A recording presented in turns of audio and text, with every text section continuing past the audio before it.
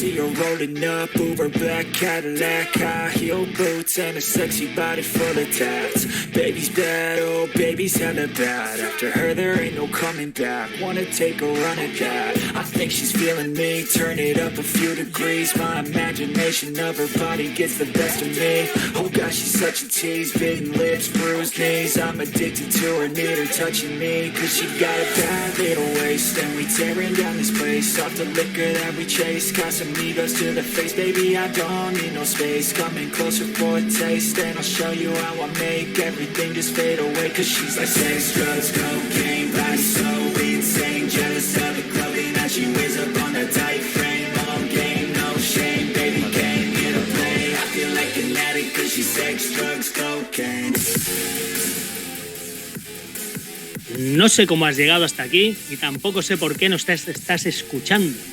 Esto es Gastrómada. Mi nombre es David Ariza y junto a Marcos Mora y Félix Cardona te vamos a hablar del sinsentido de la gastronomía. Cocina, ciencia y puta paciencia. Bueno, hoy se me lengua hasta la traba, ¿eh? Estamos aquí con hoy, tenemos un programa súper especial porque tenemos un invitado al que admiramos muchísimo. Pero antes de nada vamos a hacer las presentaciones oficiales. Aquí tenemos a Marcos Mora. Buenas tardes, Marcos. Hola, buenas tardes, ¿qué tal? Bienvenidos a todos, bienvenidas. Muy buenas tardes. ¿Todo bien? Félix, ¿cómo está usted? Muy buenas tardes, ¿qué tal? Con ganas. Con ganas de podcast, con ganas de podcast. Ya sí. Estamos. Félix quería descansar y estamos grabando 2 veces por semana, con lo cual la cosa va bien. Porque sí, me habéis Félix. prometido que grabando 2 veces esta semana me dejéis descansar la que viene. Te dejamos libre la que viene, ¿no? No sé yo. Estábamos hablando, David y yo, de que como se nos están acumulando mucho los invitados y tenemos bastantes pendientes, de hacer regularmente 2 veces a la semana. 2 por semana. Vamos, que me estáis haciendo el lío directamente o por la 3. espalda. Bien, Pues venga. Es que hay mucha Vale, gente interesante en el muchísimo. mundo por entrevistar y si no, Vale. se nos va a acumular. Claro. Venga, Pero Por mucho. cierto, capítulo 50. Dentro de 2 semanas Dentro de- cumplimos 1 año. Hacemos un año. Sí. 2 semanas para el aniversario. Hostias, qué bueno, capítulo 50 ya. Bueno, vamos ya sin más preámbulo a hablar de la realidad o de lo que es real, de lo que no es real. De lo que sí que es real es que tenemos hoy aquí a Jaime Rodríguez de Santiago. Jaime, muy buenas tardes. Buenas tardes, encantado de estar con vosotros, un placer. Un verdadero Muy placer. buenas tardes, Jaime. Nosotros somos atípicos, entonces Jaime Rodríguez Santiago, el que quiera conocer a Jaime, ¿vale? Que teclee en Google, que googlee y se vea la bio de Jaime, porque vamos con lo que nos interesa, Jaime. Yo te conocí a ti por Kaizen. Entonces Vale. las presentaciones, que cada uno se presente, aquí somos muy raros. Yo te conocí a ti por Kaizen, porque es Kaizen. Es Kaizen y no es Kaizen.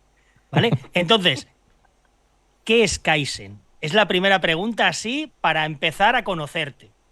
Pues según a quien le preguntes, si me preguntas a mí, Kaizen es un podcast, que empecé a hacer yo hace ahora, pues eso, 4 años y medio ya, para 5. Y que llamé así porque el Kaizen es una metodología japonesa de mejora continua y es aparte de lo que tú tienes ahí tatuado. Y es una metodología que inventó Toyota. Y el podcast está dedicado no tanto a la mejora continua individual, aunque yo creo que hay algo de eso, como al aprendizaje continuo. Yo me considero un junkie del aprendizaje, me gusta aprender de muchas cosas, entonces encontré una vía de salida a través de contarles a otros lo que iba aprendiendo y así me obligo a investigar temas. Y nada, pues ha ido razonablemente bien, está entre los podcasts más escuchados de España y yo súper contento y súper sorprendido, pero contento igualmente. Sorprendido ahí entre comillas, porque, a ver, tú eres un tío muy metódico. Los que te seguimos en redes sociales, los que escuchamos tus podcasts y los que escuchamos a la gente con la que compartes podcasts, sabemos que eres un tío muy metódico. A ver, también depende con quién me compares. Quiero decir, si tu punto de referencia es Recuenco, por ejemplo, que dice que yo soy muy metódico, a Recuenco le parece metódico que antes de grabar un podcast discutamos de qué vamos a hablar en un mensaje de WhatsApp. Eso le parece metódico. No, me dice, me has mandado una escaleta, no te he dicho vamos a hablar de esto, esto y esto, ya está. Entonces, esa es toda la preparación que hay. Lo que pasa es que hay gente que se siente con una camisa de fuerza en cuanto le dices 4 cosas que hay que hacer. Muy bien. Sí que es cierto, pero no, sí que, a ver, los que te seguimos sabemos que haces un trabajo súper interesante Muchas gracias. y está muy bien preparado en el podcast en Kaizen. Y de Kaizen nos vamos a ir al tema que nos trae hoy aquí, que es ¿qué es esto? Es esto. Yo tengo que decir que me ha molado muchísimo, pero muchísimo. Me alegro mucho. Me ha molado muchísimo porque al final cuando aprendes Es un podcast. Tienes que decir el nombre del libro, ¿vale? Sí. Ay, verdad, que hay gente que nos... Sí. En YouTube nos ven, ¿vale? Pero hay gente que en no nos ve en iVoox y YouTube, todo, no. pobres. Gracias. Oye, pues te voy a decir una cosa. Lo podemos subir en vídeo también en Spotify, que lo sepáis. Ya, bueno, en vídeo ya, pero iVoox, etcétera, lo podemos subir, Apple lo podemos Podcast, subir. pues no. Bueno, sí que es cierto que lo que nos ha traído aquí es el libro que ha escrito recientemente Jaime, La realidad no existe. Un libro que bueno, como bien he comentado antes, a mí me ha encantado. Me ha encantado porque es un libro que al final reafirma muchas de las cosas que llevo buscando, en las que llevo trabajándome o en las que llevo investigando durante los últimos años, que es esa parte de empezar a dudar, a cuestionarte, a buscar, a rascar, a no dar por válidas las cosas, ¿no? Y de Kaizen, Jaime, nos vamos a La realidad no existe y cuéntanos, ¿cómo llegas a La realidad no existe? Pues llego como llegamos todos a un montón de cosas, yo creo, por las dudas infantiles, básicamente. Yo creo que hay preguntas que nos seguimos haciendo desde que somos niños hasta que nos morimos y en mi caso una de ellas es cierta obsesión que hasta ahora no le había dado forma y de la que me he dado cuenta principalmente a través del podcast, cierta obsesión por cuánto de la realidad entiendo y cuánto no.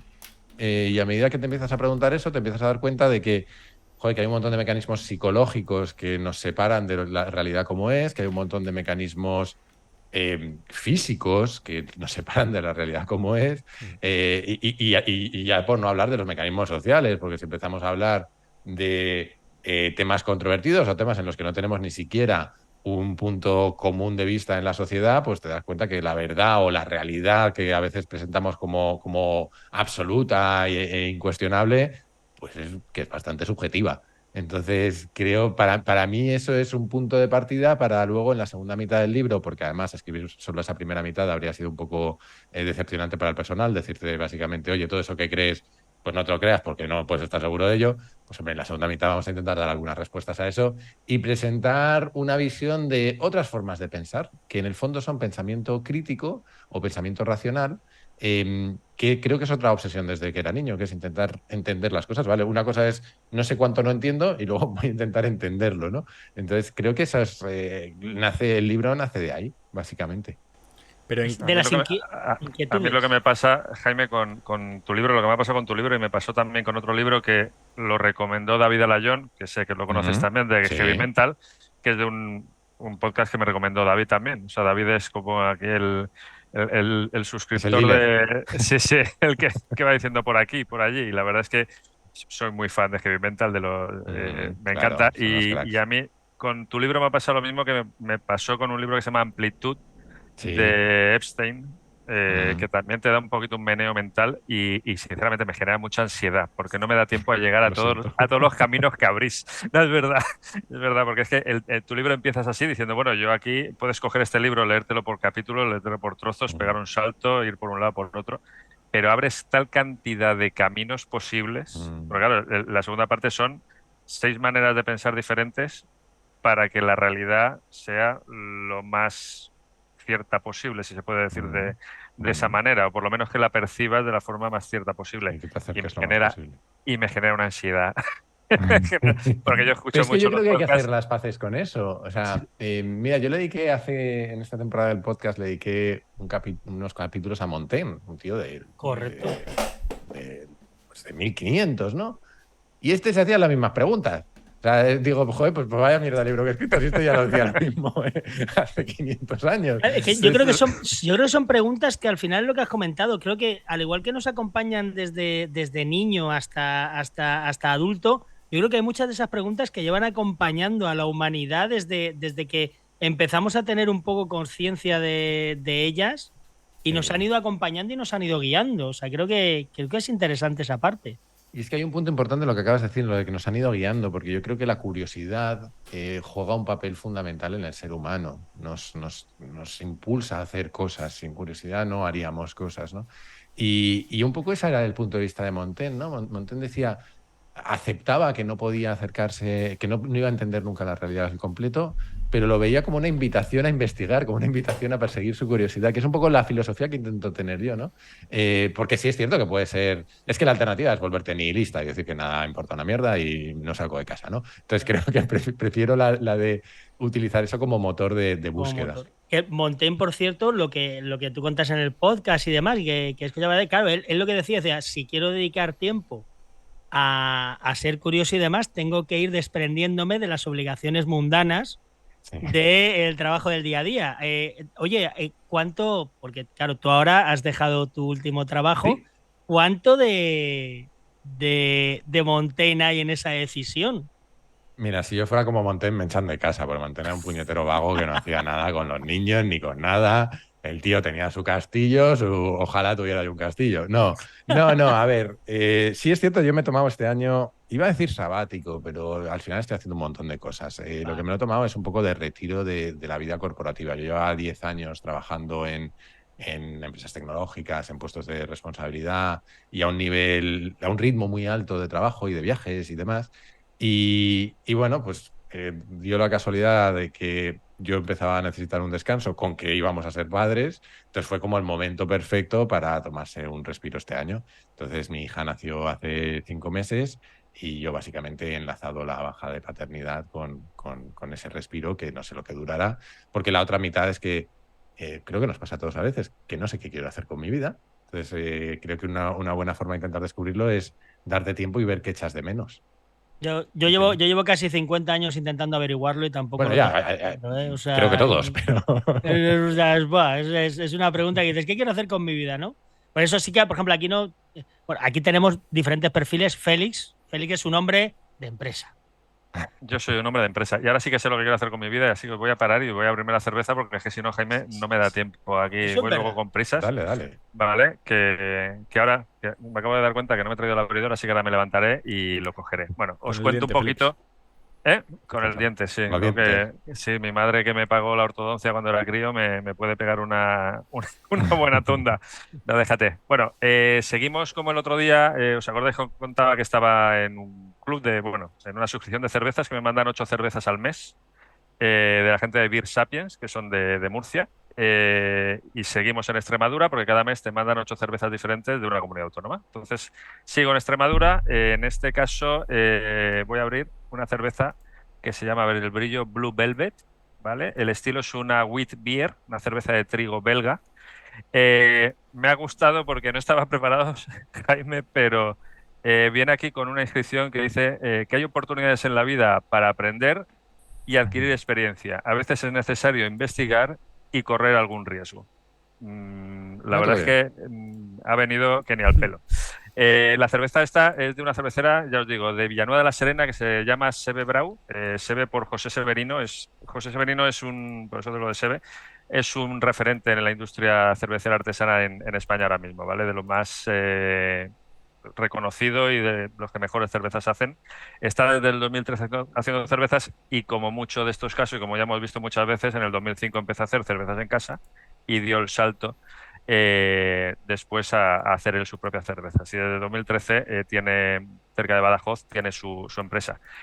Por contaros un poquito del estilo, la Wheat Beer es una cerveza de trigo belga, como digo, parecida a la Weissbier, que es la cerveza de trigo alemana. La diferencia, la Weissbier se hace con trigo malteado y la Wheat Beer se hace con trigo crudo, sin maltear. Una lleva más o menos un 50 o 70%, esta lleva un 50 también por ciento de trigo. Se le añade también malta, que suele ser el Pilsner, ¿vale? De la zona. Pero esta lo que tiene es que se le añade también cáscara de naranja y semillas de cilantro. Y diréis, ¿y por qué se le añade cáscara de naranja y semillas de cilantro? Bueno, esta cerveza es una cerveza de las históricas europeas, desde el siglo XV se está haciendo. Y esta cerveza antiguamente se hacía con gruit.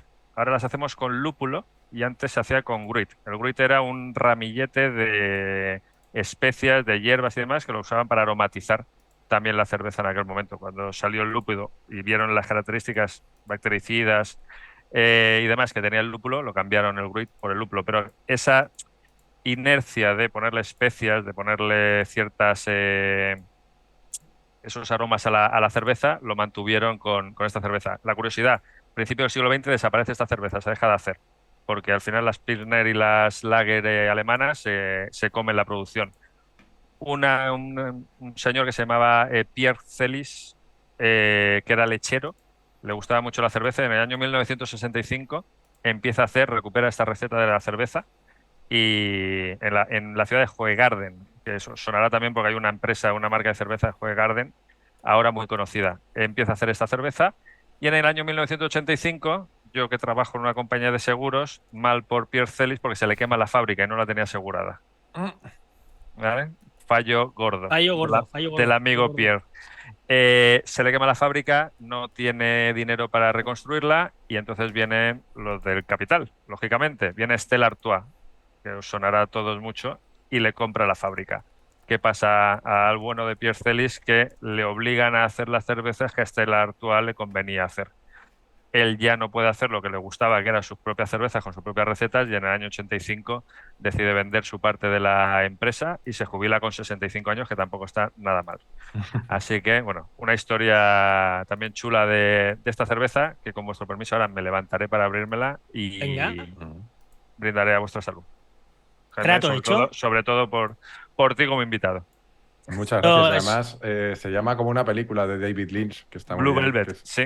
sí. Además, la etiqueta Película viene muy aquí. rara, pero recomendable. La chica viene. Sí. Es interesante Terciopelo azul. Efectivamente. Así que bueno. Ahora, Qué bueno, qué bueno. la abro. Vuestra salud. Pues Seguirá venga, bueno. vamos a por ello. Vamos a por ello. Todas las semanas Félix nos presenta una cerveza y esta no podía ser otra. Y Jaime, en Dime. esta nueva etapa, descanso, paramos y vamos a hablar de. Pues al final, esto es un podcast de gastronomía, Claro. como ya sabíamos. Y vamos a hablar de. Porque además, yo he estado leyendo tu libro y justo hace unas semanas hicimos un podcast.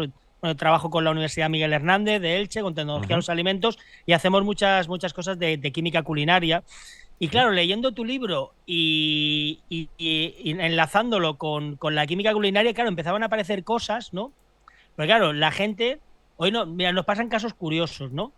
Y para que veamos cómo ha evolucionado, por ejemplo, cuando hablamos del sabor, lo que nosotros llamamos sabor no es sabor, es flavor, que es la mezcla del sabor y el aroma, pero nosotros calculamos o pensamos o creemos que no deja de ser una constante en la vida.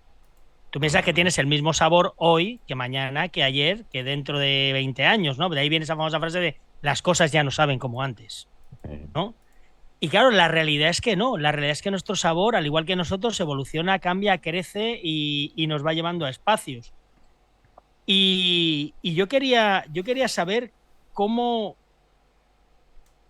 percibes tú o cómo sientes tú o cómo piensas tú que es de real a lo que nos saben las cosas. Las cosas saben, a lo que sabemos, a lo que nos han dicho que saben. ¿A qué crees tú que saben las cosas? Ahí yo creo que hay que diferenciar varios niveles, ¿no? Yo creo que hay un primer nivel, rescatando cosas del libro, ¿no? Pero hay un primer nivel que tiene que ver con la interfaz, que son nuestros propios sentidos con la realidad. Y si pensamos en lo que es, tú lo has dicho, ¿no? El sentido del gusto, no deja de ser que tenemos una serie de quimiorreceptores que captan una serie de moléculas y las transforman en señales eléctricas que nuestro cerebro interpreta de alguna manera. Claro, nuestro cerebro las interpreta con un sabor porque está diseñado para interpretarlas así, pero no tenemos garantía ninguna de que otro animal no las interprete distintas, o que si tuviésemos papilas gustativas distintas u otro tipo de quimiorreceptores, no detectáramos moléculas que nos pasan desapercibidas. Entonces yo creo que ahí ya para empezar tenemos un filtro brutal, ¿no? Sí es cierto que parece que todos los seres humanos captamos los sabores de una forma similar. Lo que es dulce nos parece dulce a todos o casi todos. No lo conozco, pero estoy seguro, porque conozco experiencias de otras cosas, que estoy seguro de que hay gente que tiene determinada mutación. Bueno, ahora hablamos de una mutación que tiene que ver con los sabores, pero que puede tener determinada mutación, determinada lesión cerebral o determinada cosa en la que las cosas les sabrán distinto que a otros. No tengo ninguna duda, pero en general casi todos percibimos las cosas de forma similar.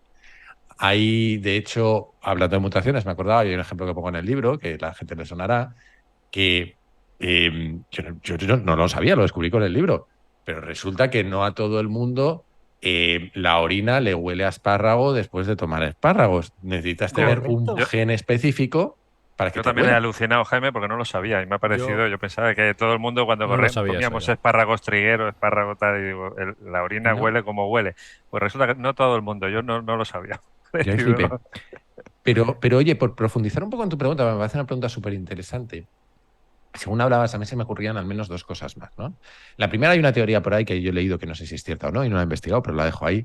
Y es que, evidentemente, que pensando en cómo nos evoluciona el gusto a lo largo de la edad, una de las teorías por las que los niños rechazan ciertos alimentos es porque les saben más fuertes que cuando somos adultos. No sé si es cierto o no, pero Tiene una realidad porque los sabores van por umbrales de tolerancia. claro. A mayor exposición, mayor tolerancia. Por eso está el caso de cuando la gente mayor, abuelos, juntos abuelos, bisabuelos, depende, pues te juntas siempre suelen tener el salero al lado de la comida. Y tú dices, pero si no lo has probado, da igual, va a estar soso. Claro, Eso está muy bien tirado. ya eso iba en parte porque lo otro que en lo que estaba yo pensando era en la cerveza, curiosamente. Yo no bebo cerveza. Entre otras cosas porque la cerveza es un gusto adquirido. Normalmente la primera vez que la gente prueba cerveza no le gusta. Y hay una parte de acomodación, que es lo que tú decías, ¿no? Nos tenemos que acomodar. Y yo no sé cómo funciona, pero me imagino que tiene que haber algún tipo de entrenamiento de nuestro cerebro, de nuestro circuito de recompensas, en el que acabamos haciendo que ese sabor que al principio no nos gustaba, pues acabamos desarrollando una sensibilidad suficiente como para apreciarlo. Entonces, yo creo que claramente es muy difícil saber, nunca mejor dicho, cuándo un sabor es objetivo.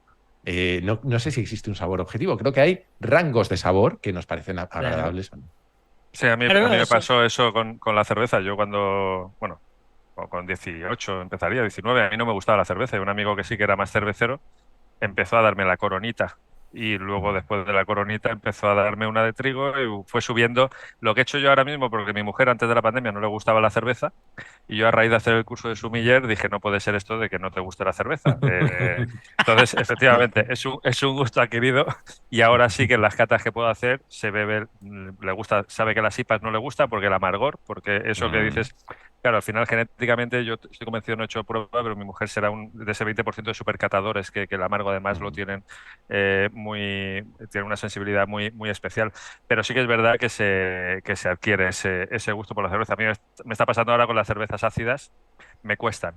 Pero claro, es algo que ya voy poquito a poco, las de fermentación salvaje y demás, cuestan de beber. Sí, también porque vas engañado, y viene muy a colación de tu libro, es decir, vas engañado pensando a qué tiene que saber la cerveza. Y claro, aquí en España, sobre todo, la cultura cervecera que tenemos es bastante pobre y pensamos que todas las cervezas tienen que saber como las cañas de los bares. Y para nada, hay 120 y pico estilos distintos de cerveza, con lo cual la amplitud es enorme. Pero vamos ya con la predisposición de probar una cerveza que realmente la realidad nos dice que esa cerveza tiene que saber así. O sea, que sí que en eso sí que tienes toda la razón. El Y naming, el mira, naming ha hecho mucho perdona, daño. dale, David, perdona que No, te he el interrumpido. naming, le ponen cerveza y son otras cosas. Sí, de zumos de frutas, como me dicen por aquí alguna vez. Sí, sí, sí. No, pero iba a decir, mira, y además yo creo que hay una derivada adicional, pensando en todo esto y pensando en la gastronomía, que es que yo creo que nuestra percepción de determinadas cosas y sobre todo nuestro disfrute es indivisible del conocimiento que tenemos sobre esas cosas. En el sentido de que me gusta mucho el cine, ¿no? Pero hay películas, la que he mencionado, Blue Velvet, no es una película para todo el mundo. Puedes apreciarla más cuando más cine has visto, a lo mejor, pero Y si la primera vez cuanto que te más enfrentas a ella. sabes de cine. Claro. Y lo mismo con muchos platos de cocina o con un montón de cosas, que una cosa es el sabor y otra cosa es que seas capaz de analizar el mérito culinario, el mérito estético, el mérito de un montón de cosas. Claro, pero ocurre porque, por ejemplo, con la gastronomía o con la cocina, en los últimos años se ha puesto de moda la parte más glamurosa, desde el 2007, 2008 o 2006, más o menos la parte más glamurosa, programas de televisión y tal, pero nos hemos olvidado que al final no deja de ser algo que para poder percibirlo, o sea, tú para percibir la complejidad de una escultura, tienes que saber de escultura, al igual que para comprender la complejidad de un cuadro. Yo me pongo delante de un cuadro, yo de pintura no sé nada, y a lo más que puedo llegar es, me gusta, no me gusta, creo que lo entiendo o creo que no lo entiendo, ¿vale? No, o sea, no entiendo qué hay ahí pintado, no sé qué me está diciendo. pero porque no tengo conocimientos. Yo creo que con la comida acaba pasando algo muy parecido, ¿no? O sea, muchas veces, a nosotros, por ejemplo, nos pasa mucho en el bar de arroces. Nosotros hemos lanzado un concepto, como somos inconformistas, rupturistas y no nos gusta y transgresores, pues hemos lanzado un concepto, un bar de arroces, en el cual solo se hacen arroces para uno y en el cual solo se hacen arroces de sabores monovarietales, que quiere decir que tanto el caldo como el sofrito están hechos con el mismo producto. ¿Vale? Vale. A la gente se le ha fundido la mente, por encima lo hemos abierto en Alicante, que es nuestra tierra, que es la tierra en la que todo el mundo sabe hacer un arroz. Claro, tú no puedes decirle a un alicantino cómo Es se hace un provocando. arroz. Claro. Pues encima, la parte de provocación siempre está. No, estaba calculado, decimos, si conseguimos que funcione aquí, nos podemos ir a cualquier parte del mundo, que ya no hay problema. O sea, ya lo tenemos tirado. A nosotros nos pasó al principio que Marcos y yo nos volvíamos locos porque sacamos un arroz de cigalas. Entonces, la cigala tiene un sabor muy sutil, muy particular y muy personal. Entonces, claro, los arroces de mariscos se hacen con caldo de pescado en el 95% de las ocasiones. Caldo de pescado, tu salmorreta con tal, claro. Tú presentas un arroz de cigalas con un caldo hecho solo con cigalas, que solo lleva cebolla en la elaboración del caldo, con un sofrito hecho con la carne y tomate y que solo sabe a cigalas, y la gente, o sea, flipaba. O sea, la gente te miraba y te decía, ¿esto qué es? Tú le decías, eso es a lo que sabe una cigala. Pero es que había, ¿qué podía ser, Marcos? Un 60, un 70% de la gente que no entendía lo que se estaba comiendo. Además, te miraban como diciendo... No, porque no les había un sabor reconocido. Claro, que es otra parte. Otra parte cuando unimos los nombres, asociamos los nombres con sabores, con recuerdos, con emociones, con lo que sea. Entonces, claro, en el momento que te sacan de ese recuerdo, de esa emoción, ¿vale? La mente se funde. La mente se funde. Nosotros lo he explicado, en clase lo contamos, ¿no? Y hemos siempre, mira, nuestro cerebro, hay dos cosas que no va a hacer nunca, ¿vale? Dos cosas para las que no está diseñado. La primera es para mantenerte sano. A nuestro cerebro no le preocupa, ¿vale? Nuestro cerebro no tiene preocupación por mantenerte sano, alimentarse es lo que le preocupa. Y la segunda es hacerte feliz, eso es algo relativamente moderno, ¿vale? Nuestro cerebro tampoco tiene... Pero sí que hay una cosa para la que está hecho, que viene muy a colación del libro, que es para engañarte. O sea, se pasa el día engañándote, ¿no? Y lo hablamos, nosotros en cocina tenemos un ejercicio muy fácil que es encender el extractor de la cocina. Tú enciendes el extractor de la cocina, estás oyendo el ruido durante los primeros 15, 20 minutos y a la que llevas una hora trabajando ese sonido ha desaparecido de tu rango de sonidos. O con el olor a... Si has coincidido o has salido con algún amigo, con algún colega alguna vez que ha trabajado en una cocina, ¿vale? Cuando salen de la cocina los hueles, hostia, hueles a frito, ¿no? Y él te dice, ¿frito? ¿Qué dices? Yo a frito, yo no huelo a nada, ¿no? Claro, su olfato ha anulado, su cerebro ha anulado ese olor. Y ocurre con muchas de esas cosas, ¿no? Entonces, claro, pues al final te planteas, o sea, ¿qué parte de todo esto que nosotros percibimos o que pensamos que percibimos, ¿no? Es real? Porque luego está la parte de si es real para nosotros y tiene que ser real para otros. ¿Qué parte hay ahí de lo que es real para nosotros nos imaginamos que debe de ser real para otros? Porque hablábamos del gusto y todos tenemos un gusto parecido, pero... A ver, y a mí me interesan más casi las diferencias que las cosas que tenemos en común, porque en común creo que tenemos mucho, ¿no? Pero a mí lo que me obsesiona sobre todo son las diferencias cuando pienso en esas cosas, ¿no? ¿Qué es lo que no percibimos igual o qué nos distancia en esa percepción? Y mira, pensaba precisamente cuando estabas hablando que algo muy relacionado con la gastronomía y con la cocina incluso, y sobre todo con la cocina moderna, es que no percibimos las cosas igual en función de nuestro estado emocional o del entorno o la situación en la que estemos. Por eso muchos de los grandes restaurantes o de los restaurantes más show cooking y demás te montan un show alrededor de la cocina, una experiencia, etcétera, porque la experiencia es parte de cómo vas a recordar incluso seguramente los sabores, las cosas te van a saber distintas, ¿no?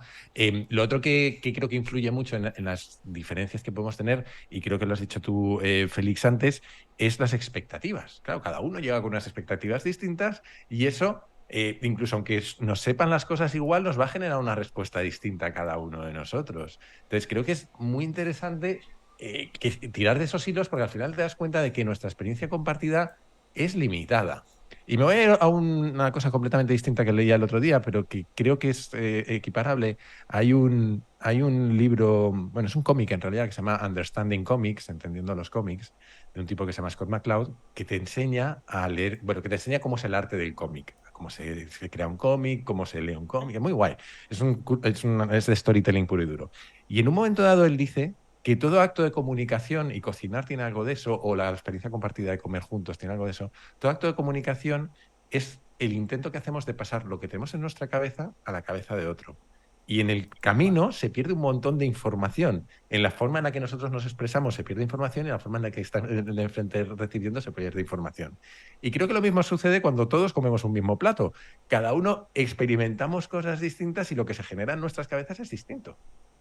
No, además es real. Nosotros hemos tenido la experiencia de, ya te digo, de servir un arroz en una mesa, pues servimos diferentes arroces, la gente prueba y que te llegue uno y te diga, lo encuentro muy fuerte de sabor, el de al lado yo lo encuentro un poco insípido, el otro pues para mí tiene un punto de sal alto. Básicamente, sí. Hoy mismo nos ha pasado.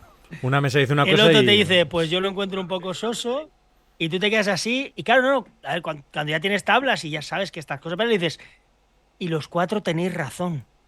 Claro. O sea, que es lo más claro, que es lo que a la gente le vuela a la cabeza. Cuando tú estás a la mesa y le dices a la mesa, y es que los 4 tenéis razón, y dicen, ¿cómo? Y claro, o sea, es que cada uno lo estáis percibiendo de una manera porque realmente lo percibís de una manera. No, aquí no hay magia y no es que cada trozo o cada cucharada tenga un sabor diferente para cada. No, es que cada uno lo percibís de manera distinta. Y esa parte me parece.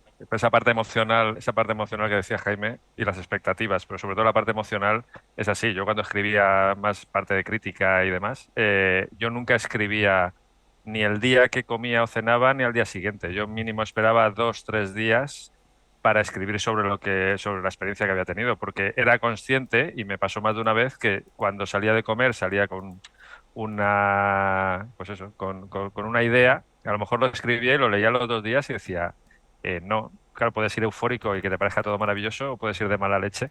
Y a mí me pasó con mi hija, que tú ahora, Jaime, irás por esa etapa, que yo llegué a no salir de mi casa porque mi hija no aguantaba el carrito. Entonces era o tenerla en brazos o lloraba. Y yo, con lo que me gusta salir de restaurantes, dejamos de salir por evitar esa mala experiencia del lloro, de tal.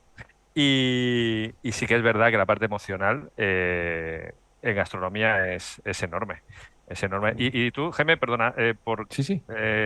La parte de gastronomía en tu vida, ¿en qué puesto está? Ya, por lo que has dicho el cine y por lo que te leo y te escucho, el cine está bastante por encima de la gastronomía. Me gusta mucho. No, me gusta mucho comer, pero por ejemplo, soy nulo cocinando. Es que ni lo he intentado, ni le he dedicado cariño, ni en los últimos años he tenido ni tiempo. O sea, distingo mucho la comida para alimentarme de la comida para disfrutar. Y he hecho mucha comida para alimentarme en los últimos años, ¿no? Pero me gusta mucho comer. Me gustan mucho los restaurantes. Lo que pasa es que, como tú bien dices, ahora que acabamos de ser padres, la cosa se nos está complicando un poquito. Se complica un poquito, sí. Y de hecho iba a lanzar una herejía.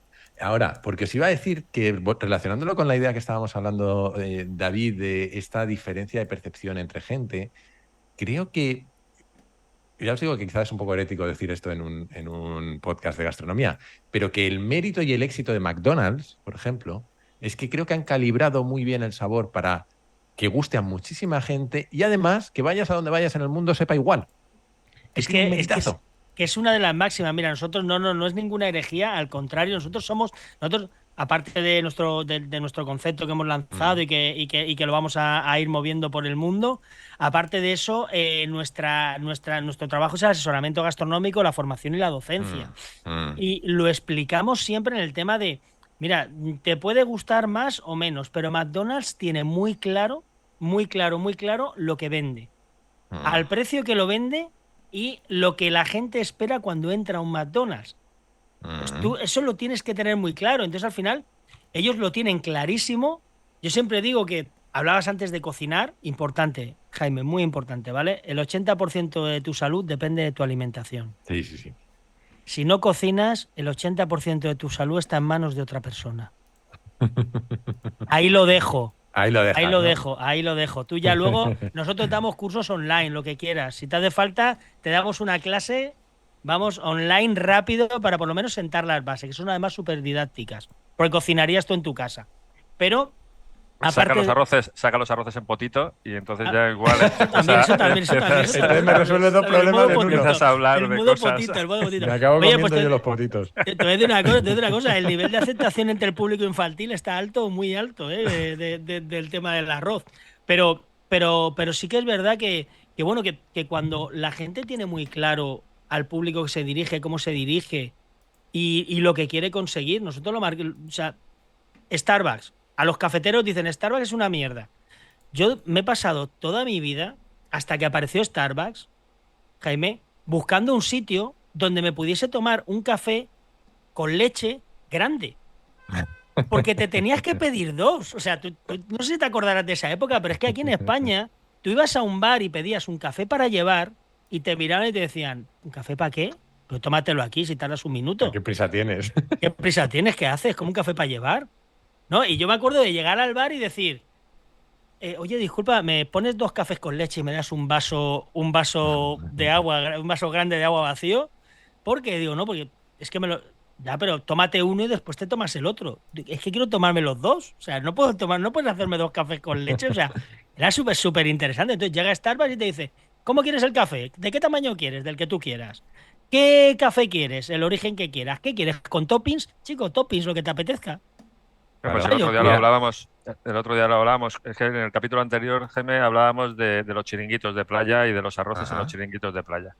Y al final llegábamos también a una de las conclusiones que llegábamos, era que no acababan de estandarizar los procesos. Es decir, y nosotros, a ver, por mucho que nos guste comer y demás, yo voy a un McDonald's y es que la hamburguesa está buena, si es que los jodidos, es Claro, que o no es sea, sana, no, tú no puedes. pero es que está Claro. buena, es que está La buena. mezcla de Entonces, sabores funciona. claro, al final, Sí. pero yo siempre hablo de la cerveza, es decir, la Cruz Campo, pues la Cruz Campo es la cerveza que quieren hacer. Otra cosa es que no te guste, pero no venden millones de litros si no fuera la cerveza que quieren hacer porque se la beben cientos de miles de personas. Entonces, al final va una serie de gustos y de facilidad y de lo que dices. Es decir, que yo me voy a Nueva York o me voy a Hong Kong o me voy a Toledo y la hamburguesa de McDonald's es la misma. No tengo por qué complicarme la vida. Pasa lo mismo con Starbucks, efectivamente. Y ahí hay dos cosas interesantes, ¿no? Porque hablábamos antes del aspecto emocional y si pensáis por un segundo, McDonald's domina eso. Todo el Happy Meal y todo este rollo es engancharte emocionalmente para que tengas recuerdos en el futuro de lo feliz que eras comiéndote una hamburguesa, etcétera, etcétera.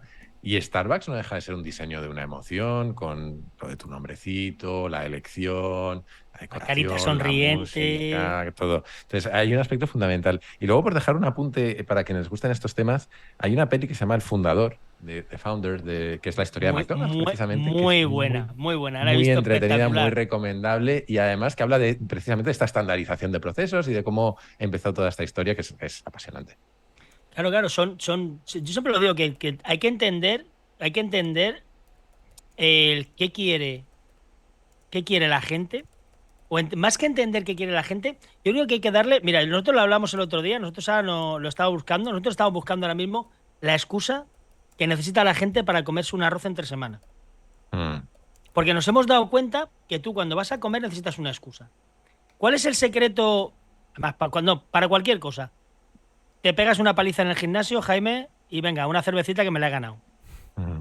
Te pegas te haces tal, te pegas toda la semana currando, venga, vamos a salir esta noche, nos damos un homenaje que vaya tal.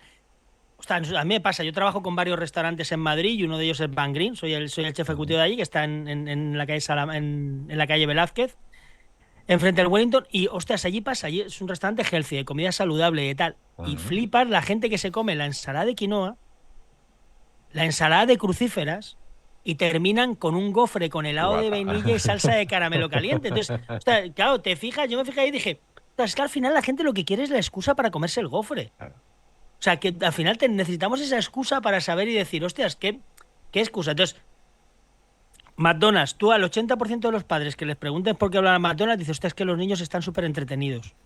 Claro. Y dices, Está ¿cómo? diseñado para eso, además. Es que está hecho para ahí, claro, es que, claro, los chiquillos juegan, están entretenidos. Ya, pero ostras, tú sabes, ¿vale? Lo que estás haciendo, ¿no? Sí, sí, sí, claro, pero es que están entretenidos.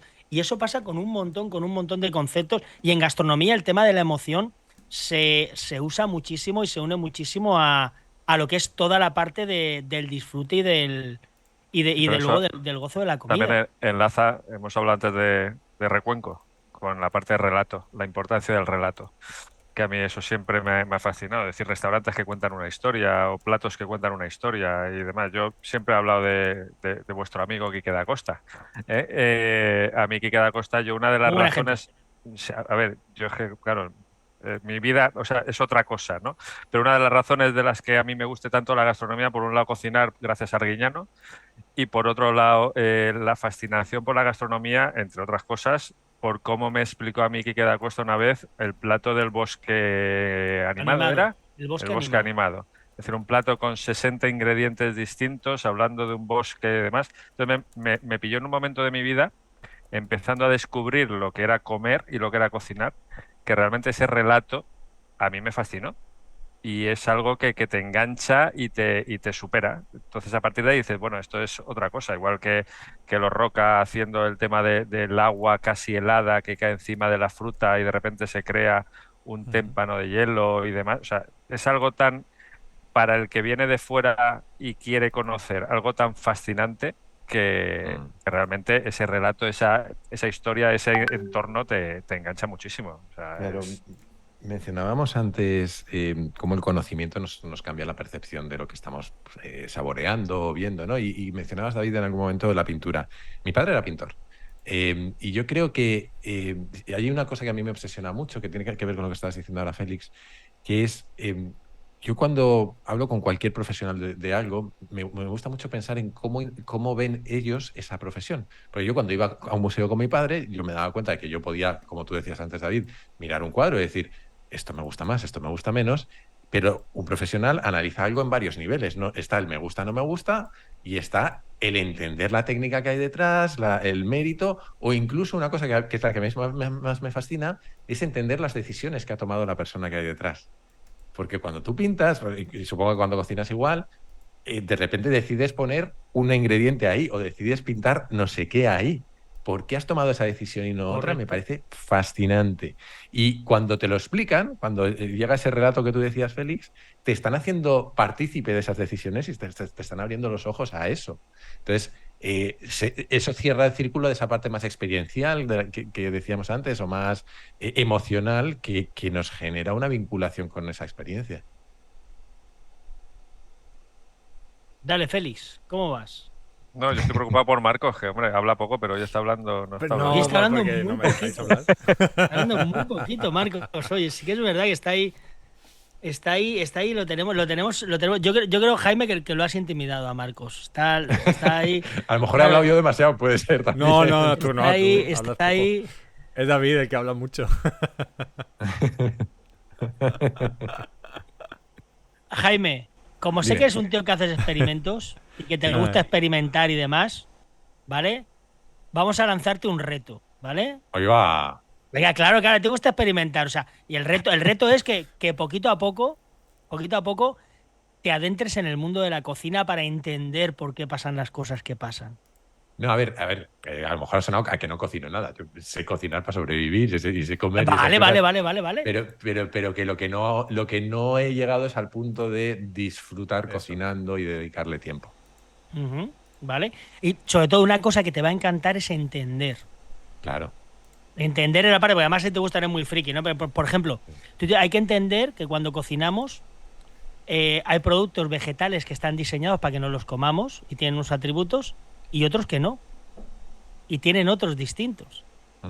Tienes un tomate, que su función biológica es que te lo comas para esparcir semillas, pero tienes una cebolla, que en ningún momento necesita que nadie se la coma para sobrevivir ni reproducirse. Y entender cómo ha pasado eso, yo lo hablo muchas veces y lo comentamos en clase y con Marcos y con Félix. A mí la parte que más me gusta de la cocina, después de 31 años ya en el oficio, es la parte de la antropología. Cuando acabas entendiendo por qué se hacen las cosas, una vez que entiendes por qué se hacen las cosas, tienes la posibilidad de decir, vale, entiendo por qué se hacen las cosas y a partir de ahora elijo hacerlas así o elijo hacerlas de otra manera. Ese conocimiento. Entonces, yo creo que si te pica el gusanillo de la cocina y lo enlazas con esa curiosidad por entender por qué pasan las cosas, vas a poder empezar a disfrutar de la cocina. Al final es encontrar siempre el marco adecuado para disfrutar de algo. Es encontrar la excusa, como decías tú antes. Y ahora, no te veo aparte con de los muchas ganas, experimentos, que también otra cosa enlazada con eso, cuéntanos, últimos experimentos. Porque yo sé que eres un tío que experimentas mucho porque además lo dices públicamente. Últimos experimentos. Aparte de dejar el trabajo y lanzarme así a la Venga. aventura. Mira, un experimento que hicimos especialmente con Recuenco el otro día que salió muy, muy bien es que Vale. grabamos un podcast en directo con 200 y pico personas en el público, que fue una Correcto. cosa alucinante. Nos lo pasamos como enanos. Creo que no nos van a volver a invitar a ese sitio, pero aparte de eso. Yo creo que sí. Yo creo que no, porque fue muy gracioso, porque además tienen el espacio Fundación Telefónica, que tienen intérpretes de lengua de signos. Y claro, no sé si habéis tenido a Javi por aquí o no, pero quienes conozcan a Recuenco saben que no es la persona que dice ni las palabras más refinadas del mundo, ni tampoco las más sencillas. Entonces, a mí me estaban dando una pena las pobres que estaban ahí traduciendo a la lengua de signos y les va a Traduciendo, dar ¿no? algo. Que le va a dar un seroco, sí. No hemos traído a Recuenco, pero nos gustaría. Nos gustaría. Es alguien que tenemos ahí en pendientes. Seguro que acepta. En pendientes, porque también esa visión, al final, en este podcast lo que acabamos buscando es más allá de la parte de cocina, de gastronomía, de un poco de crítica o de autocrítica que hacemos, de análisis del sector y tal, es sobre todo confrontarlo con visiones completamente diferentes, ¿no? Cuando el otro día vino Ramón Nogueras, claro, analizar la gastronomía desde el perfil de la psicología. Hostia, espérate un momento que ahí hay mucho que rascar y mucho trabajo que se puede aprovechar y que muchas veces no se aprovecha desde el pequeño restaurante, desde el restaurante medio. Igual que estamos haciendo un poco ahora de... Claro, nosotros cuando damos los cursos de química culinaria, hablamos, pues a lo mejor hay un 80%... Pero estos son, los que estamos aquí no, porque ya lo sabemos, ¿vale? Pero hay un 65% de personas que no saben distinguir entre el amargo y el ácido. Y parece una tontería. Pero es que hay un 80% de personas que no saben la diferencia entre salado y sabroso. Nosotros no, porque estamos aquí, ya lo sabemos. ¿Vale? Eso es como el 85% de los conductores piensa que conducen mejor que la media. ¿Vale? Pues lo mismo. ¿Vale? Este ejemplo lo ponemos en clase. Entonces, claro, son cosas que cuando tú te paras a analizarlas dices, ostras, es que desde el conocimiento, desde entender la realidad, desde entender que, cuidado que tus sentidos te engañan. Cuidado que lo que estás viendo a lo mejor no es lo que estás viendo. Cuidado que tu olfato te está engañando todo el tiempo. Pero es que te engaña tu olfato y te engaña lo que tú piensas que es tu gusto. ¿No? Nosotros hacemos un ejemplo, que ponemos un caldo a hervir. Al final, químicamente, los compuestos volátiles, en el momento que se calientan, empiezan a salir. Entonces tú hueles el caldo y dices, madre mía, qué rico está esto. Claro, entonces lo siguiente que le hacemos, le damos una cuchara a los alumnos y le decimos, probar. Eso, claro, hay un cortocircuito porque se lo meten en la boca y es agua.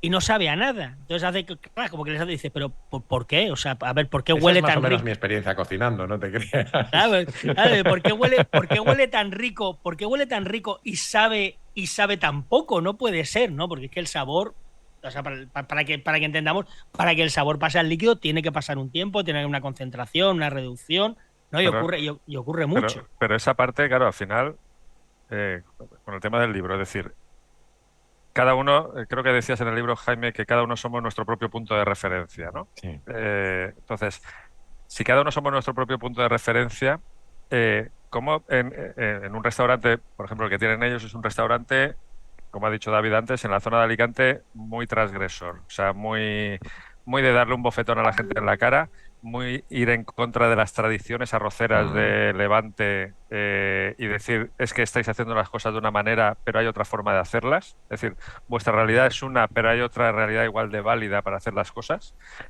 ¿Cómo se puede llegar a transmitir a la gente? Porque yo escribí un artículo hace poquito que hablaba de arroces y borregos. Es decir, porque la gente se enfada mucho con David y con Marcos porque dicen que el arroz se puede hacer sin salmorreta. La salmorreta, no sé si la conoces, es un sofrito para hacer arroces que se usa mucho aquí en la zona de Levante, o que no hace falta incluir pescado a un arroz de marisco, porque es de marisco. En fin, esa serie de cosas que vas a la línea de flotación de la tradición arrocera levantina. Claro, la realidad del 95% de la gente en Alicante es esa, la tradición.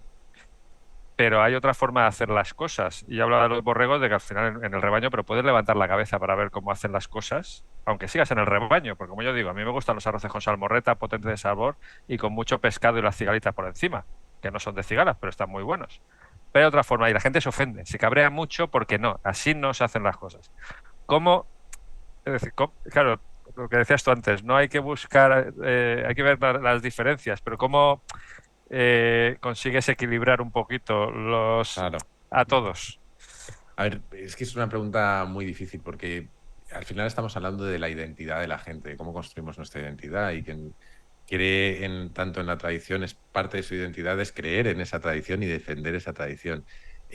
Yo creo que hay una idea que ha salido ya 2 o 3 veces en esta charla que hemos tenido, que es esta búsqueda de las excusas para hacer cosas, ¿no? Yo creo que a la gente que está tan cerrada a algo, le tienes que dar excusas para darse permiso para verlo de una forma distinta, para no sentir que van contra su identidad, sino sentir que están explorando algo diferente. Y a lo mejor quizá la pregunta, el enfoque va más por no plantearles esto es un arroz, no es lo mismo que has comido hasta ahora, esto es una cosa distinta, con una experiencia distinta. Y seguro que es lo que intentáis, pero creo que probablemente los tiros deban ir por ahí, porque lo que sí que está muy claro, y es otra de las cosas que también menciono en el libro cuando hablo de sesgos cognitivos y de, posiblemente con Ramón comentaríais algo de esto, ¿no? Pero esta tendencia que tenemos al sesgo de confirmación y a la atención selectiva o a la memoria selectiva sabemos que es muy difícil cambiar de opinión, es muy difícil que alguien cambie de opinión y es aún más difícil forzar a alguien que cambie de opinión, porque cuando intentas forzar a alguien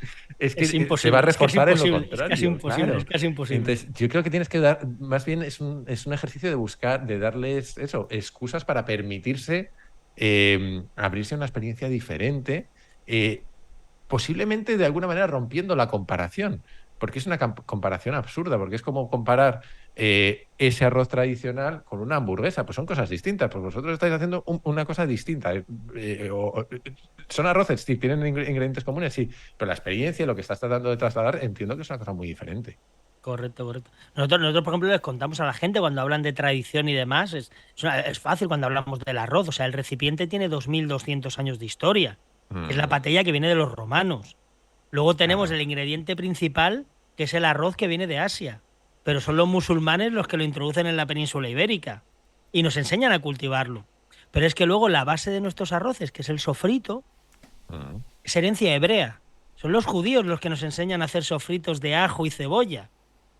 Pero es que hasta que no nos tropezamos con América buscando las Indias, no descubrimos el tomate, que es parte identitaria, o sea, es lo que marca la diferencia en todos los arroces del Levante español. Tú te vas a Italia, a la tierra del pomodoro, y no hay ningún risotto con tomate. O sea, vas ibanando cosas, nosotros lo juntamos y lo mezclamos, ¿vale? Pero vas ibanando cosas y cuando la gente dice, no, es que esto, cuidadín, que esto es nuestra tradición, cuidadín, que tenemos ahí una larga historia de hitos que han ido sumándose para poder llegar al punto en el que estamos. Además, lo sabéis vosotros mejor que yo, pero es que cuando tú a alguien le cuentas la historia de los alimentos, la historia de cosas, te das cuenta de que es todo un producto de un montón de factores. Porque yo te estabas contando esto, me estaba acordando de la historia de la patata o del chocolate. O sea, la historia de la patata que llega a Europa y nadie se la quiere comer porque se cree que se le va a poner la cara de patata, hasta que correcto. a alguien se le ocurre que eso se puede cocinar y no hay que dárselo a los animales, ¿sabes? Correcto. A los monjes, como tantas otras cosas en gastronomía. No, y aprendemos a cultivarla. Tú ten en cuenta que la patata en América, en los Andes, la patata se cultiva a ras de tierra. A ras de tierra la patata se vuelve tóxica por las antiocianinas que genera y demás.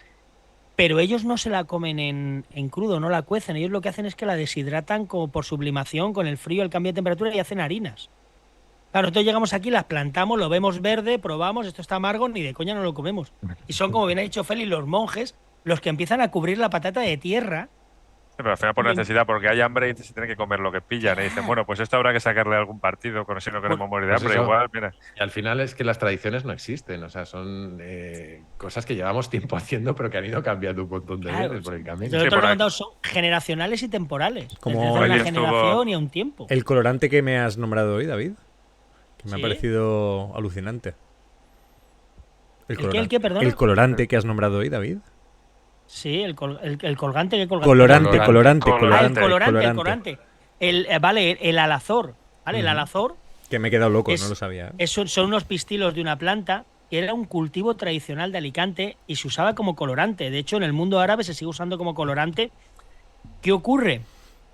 Que, como siempre, pues las religiones tienden a aniquilar lo que no es seña de identidad suya.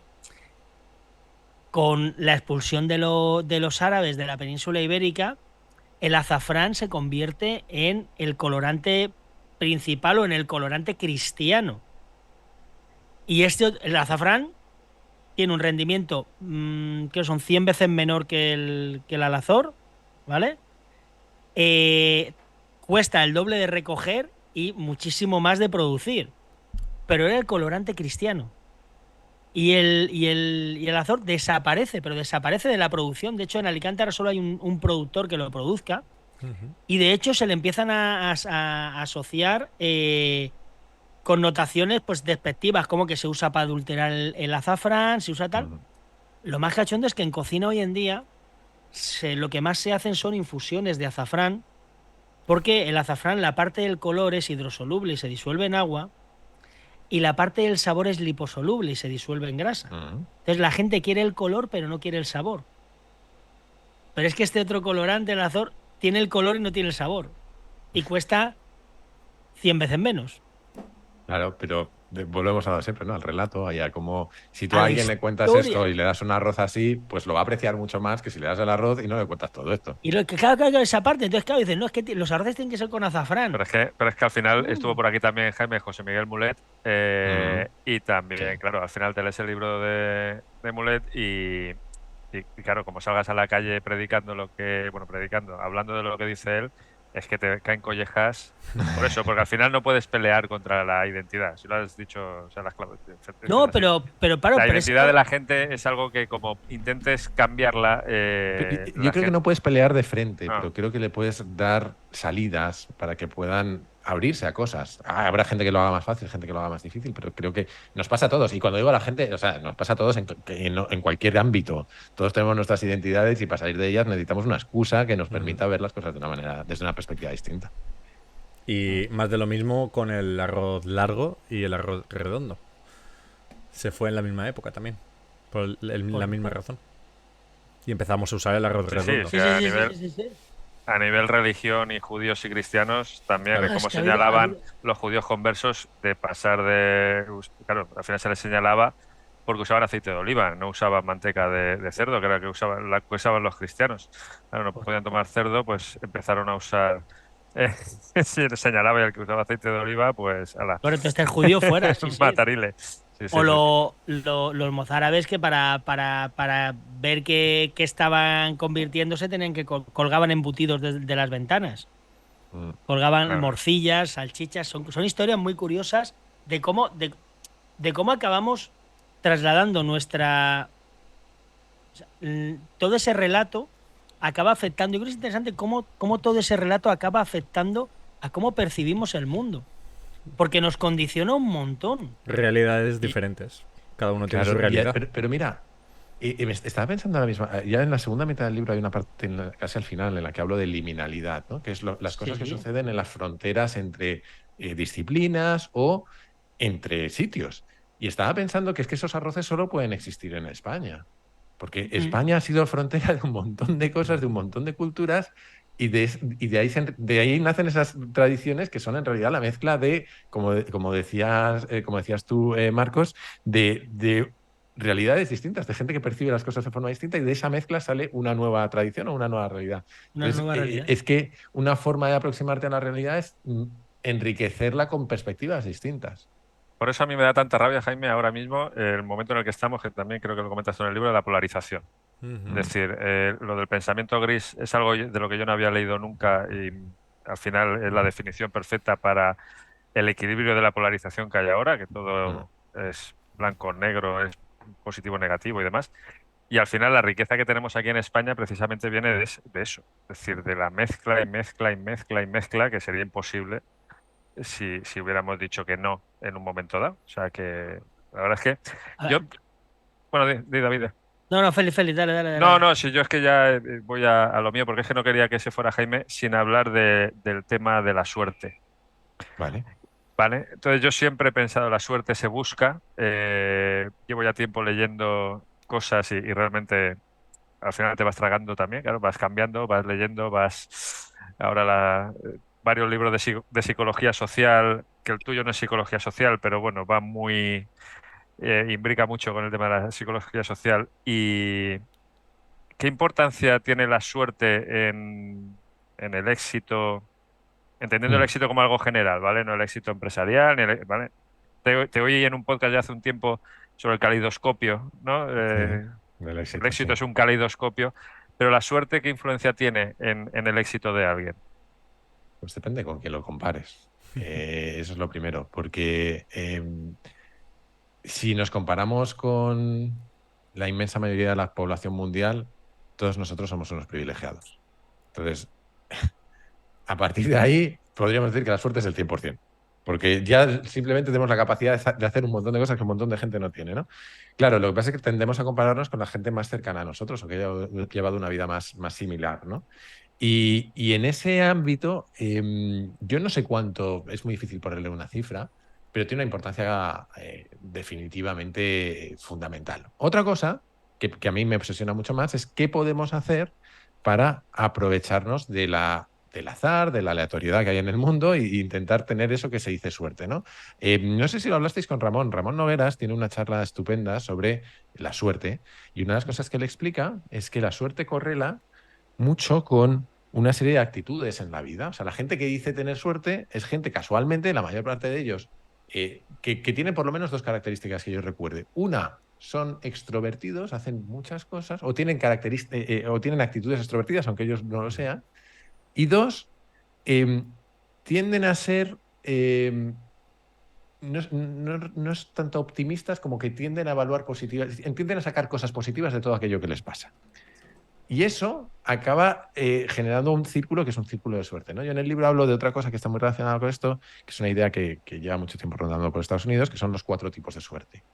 Y es que hay una suerte que es la que se llama como suerte ciega. La suerte ciega es pues la que te pasa sin que hagas absolutamente nada, te cae una teja en la calle en la cabeza, pues mala suerte. Pero luego ya hay formas en las que puedes influir en la suerte, y está la suerte entrópica, que es aquella que tienes cuando te mueves mucho y generas cosas. Es una forma muy poco eficiente de generar suerte, porque te puede pasar de todo, pero das oportunidades al azar. De esa decía Ramón que dice que una de las cualidades de la gente afortunada es que dicen sí. Claro, Vente claro. aquí, sí. Vamos allí, Sí. sí. Oye, vamos a salir, sí. Oye, ¿quieres venir a una reunión? Sí. Oye, ¿quieres tal? Sí. No, que es Claro, gente porque además que dice ahí sucede sí. una cosa, que es que la distribución de riesgo es asimétrica. Que te pasa algo negativo diciendo que sí, es mucho menos probable que te pase algo positivo. ¿Te puede pasar algo negativo? Seguro, pero es menos probable. Con lo cual, cuanto más te expones, normalmente te van a generar oportunidades, ¿no? Y luego ya hay dos tipos más. Uno, que es el de la suerte, no recuerdo cómo, nunca me acuerdo de cómo lo llamaba en el libro, pero bueno, lo voy a traducir por suerte encontrada o ganada, ¿no? Que es aquella que tienes porque eres capaz de reconocer algo que otros no van a reconocer. Y es que te lo has ganado en el tiempo, ¿no? Por ejemplo, el ejemplo que a mí más me gusta es el de Fleming con la penicilina. Fleming se le cae un cultivo, se le cae algo de moho en un cultivo de microbios y ve que no se desarrollan. Claro, a mí me pasa eso y pues me quedo igual, pero este tío llevaba 30 años buscando medicamentos, entonces entendió que ahí estaba pasando algo. Pasando algo, claro, que es la suerte esa de que gracias a tu trabajo, a tu bagaje y a tus Exacto. conocimientos, eres capaz de ver cosas donde otros no las ven. Claro, y luego está la última, que es la suerte la suerte que viene. No, mira, esa se llama descubierta, y la última, no me acuerdo ya cómo se llama, pero la idea es la siguiente, La construida. la Construida. construida, que es la que Lo te tengo aquí. generas. Gracias, gracias por el apunte. Es que hace mucho que escribe el Sí, libro, sí, lo no, tonto. no, normal. Es la que la construida es la que te generas con tu marca y con tu marca personal, con tu reputación, ¿no? Y el ejemplo que lo suele poner Naval es: si tú eres el único tío que es capaz de bajar a pulmón a sacar un tesoro de un barco hundido, cuando alguien se encuentre un barco hundido en la otra punta del planeta, su suerte se acaba de convertir en tu suerte porque te va a llamar a ti. Pues esa es la idea, ¿no? Entonces, sí que hay cosas que podemos hacer para influir en eso que llamamos suerte, que no es más que una combinación de el azar con un montón de factores que tienen que ver con relacionarnos con otros. La suerte tiene. Sí, mira, a mí Qué hablando suerte, qué suerte de habernos conocido todos hoy aquí, ¿no? te cuento una, como la de la penicilina igual, David. cuando era más joven Venga. y estaba en la universidad. Iba poco a clase, pero iba a una discoteca donde trabajaba, hacía relaciones públicas, tal. Y un día me encontré un billete en el suelo. Normal, ¿no? Te encuentras billetes, por la calle puedes ir, te puedes encontrar billetes, monedas y todo, ¿no? Y dije, claro, si la gente está aquí todo el rato borracha, saca para pagar, saca los billetes, se te cae un billete. Entonces yo lo que hacía era esperarme a las 6:30 de la mañana y antes de que vinieran las de la limpieza, me pegaba por la sala, hacía así perímetros, zetas por el suelo y no sabes la de dinero que escogía. No tenías ni idea. Entonces es una suerte encontrado buscada, ¿no? Digamos. Lo que no sabes tú es que fue muy mala suerte para las de la limpieza. Efectivamente, Porque porque eran las que seguramente ellas... seguramente Las de la limpieza dirían, madre mía, que todos los días que barremos aquí sacamos aquí algún billetito que otro. Siempre que hace noche el desgraciado no nos llevamos el plus. Pasa aquí, Ostras. ¿Qué variable hay pero aquí que influye? hasta 150 euros, ¿eh? Así enrolladitos. Qué bueno, qué bueno. Suerte qué bueno. buscada. Sí, a ver, es lo que te puedes encontrar en las discotecas. Una cosa, estamos hablando de la conciencia, de las percepciones y demás. Bueno, yo soy un tío que me gusta experimentar mucho y, Demasiado. claro, la realidad. Marcos dice que demasiado. La realidad, por ejemplo, yo ahora estoy experimentando con la psilocibina, ¿vale? Entonces estoy experimentando con la psilocibina desde macrodosis hasta microdosis, ¿vale? Para tener un espectro amplio y he experimentado con el 5-MeO-DMT, con la ayahuasca. Para la gente que no sabe de lo que estás hablando, ¿de qué hablas? De setas. Vale. Ahora mismo de setas. Son distractores ¿vale? mentales. Extractores mentales, enteógenos, ¿vale? Que siempre, claro, el problema es que cuando tú tienes una percepción alterada de la realidad y no sabes por qué es, pues viene la parte de lo divino. Entonces todas estas cosas siempre se han asociado a lo chamánico, a conexión con los dioses, que realmente lo único que pasa es normal. Pues tú imagínate hace 2500 años que alguien se comía una seta y de repente empezaba a ver luces y colores. Pues claro, pues lo primero que dice, esto es algo divino de los dioses que me está transportando y me están dando una señal, ¿no? Pues bueno, al final hoy en día pues la ciencia ya nos alumbra y nos dice, no, mira, esto altera tus conexiones, tus percepciones. Entonces, tú muy bien explicas en el libro, ¿vale? Que al final cómo percibimos los sentidos es como a través de una ventana, ¿no? Está la pared de la casa, está la ventana y por esa ventana entran diferentes pues, cuando hablamos de la vista, diferentes ondas de luz, cuando hablamos del oído, diferentes espectros de sonidos, pero claro, entonces, ¿qué hay de real en lo real? ¿No? Porque tú dices, claro, ¿qué color es el color ultravioleta cuando yo no puedo verlo? ¿Cómo se ve? ¿Sabes? Esas cosas, ¿no? Entonces, claro, cuando tú entras en contacto con estas sustancias y se altera tu percepción de la realidad, ¿cuánto de real hay en esa realidad? Claro. No tengo ni idea. Empiezo por ahí, ¿eh? Vale. Querías decir algo, Marcos, vale. Sí. Yo tengo mi teoría respecto a eso, ¿vale? Una cosa es la verdad y otra cosa es la realidad. Porque la realidad puede ser interpretable, pero la verdad para mí no. Porque una verdad para mí es un hecho, ¿no? Es algo que está sucediendo, que está pasando y que no se puede interpretar. Vale. Y a partir de ahí, bueno, no lo sé, eso es mi punto de vista, Jaime. La verdad evoluciona a lo largo de los años. No, un hecho es un hecho. Es algo que está pasando, es algo que estás viendo. Luego otra cosa es cómo tú lo interpretas. Por partes. A ver, si yo os digo lo que yo pienso, Eso, y lo que nos he leído interesa. por ahí y tal, y a ver. Respecto a lo que tú decías, Marcos, en el fondo eso es asumir que existe una realidad objetiva, aunque no podamos acceder a ella, ¿no? Que tenemos nuestros filtros y existe una realidad objetiva. Lo que sucede es que desde el punto de vista de la neurología y de la física, no todos, pero hay autores que empiezan a poner en duda cuánto se parece lo que percibimos a esa realidad objetiva que hay por debajo. Es decir, porque si tú te empiezas a creer cosas que suenan muy raras, suenan casi a haber estado con setas de estas, pero temas como las teorías de los multiversos, la física cuántica, todo esto, empiezas a decir, es que a lo mejor lo que percibo yo no se parece en nada. Y de hecho tú decías esa diferencia entre la realidad y la verdad, y es que una de las cosas que yo cuento en el libro es que la evolución no nos ha optimizado para captar la verdad, nos ha optimizado para captar cosas útiles.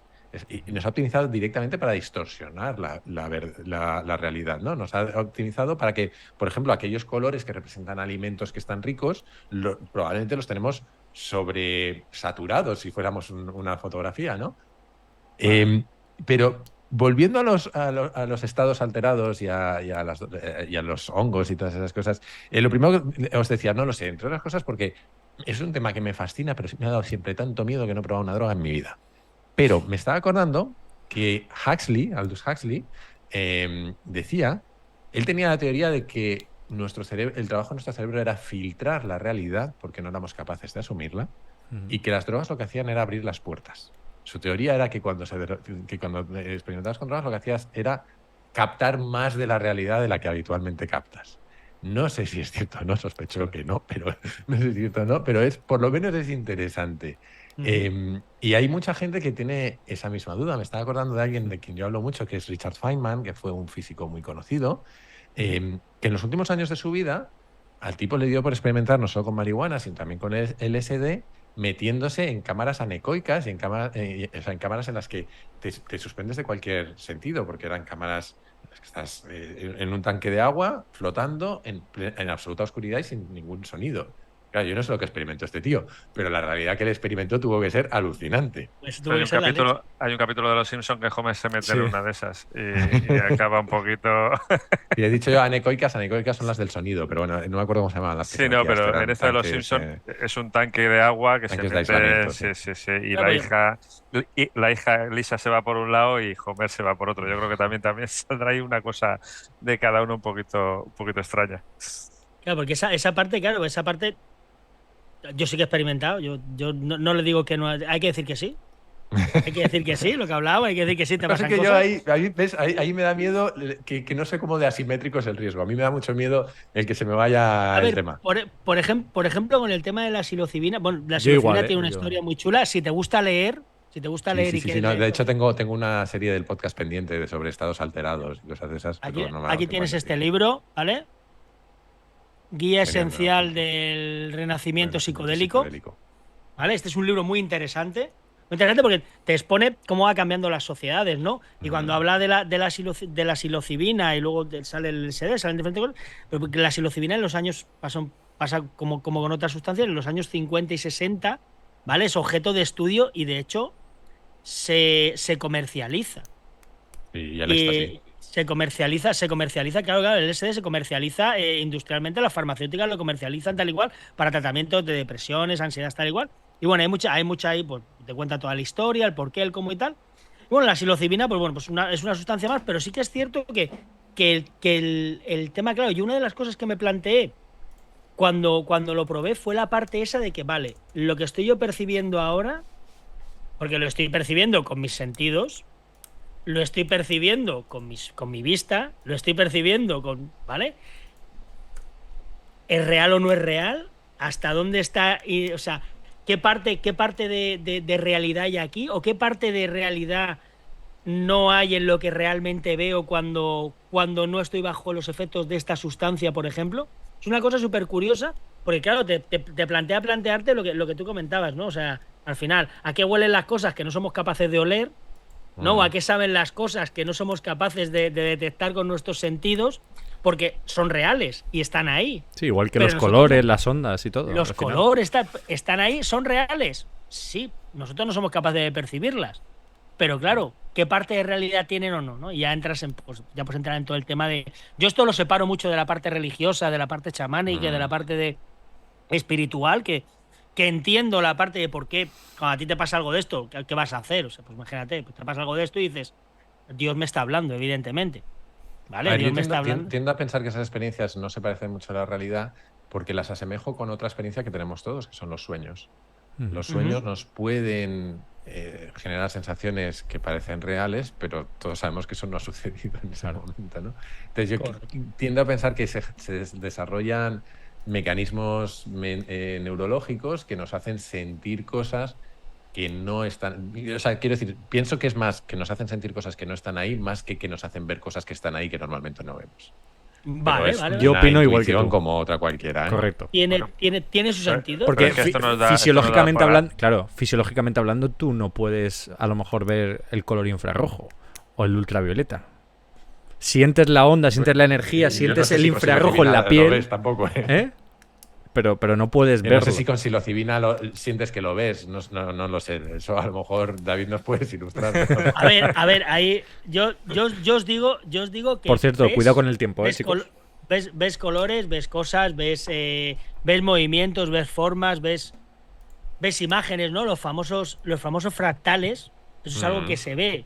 O sea, que se ve y ocurre, sucede. Y tú dices, ¿por qué los veo? Pues se ven, ¿vale? Luego aparte llega otra parte que es ya de autoconocimiento, de trabajo interior y demás. Así que, bueno, como bien dice Félix, esto yo creo que nos da para Hombre, otro capítulo es que yo entero. creo que esto casi lo enlazamos con si vivimos en Matrix y realmente hay un ente superior que es el que nos está manipulando a todos, pero Nos eso está quedaría controlando.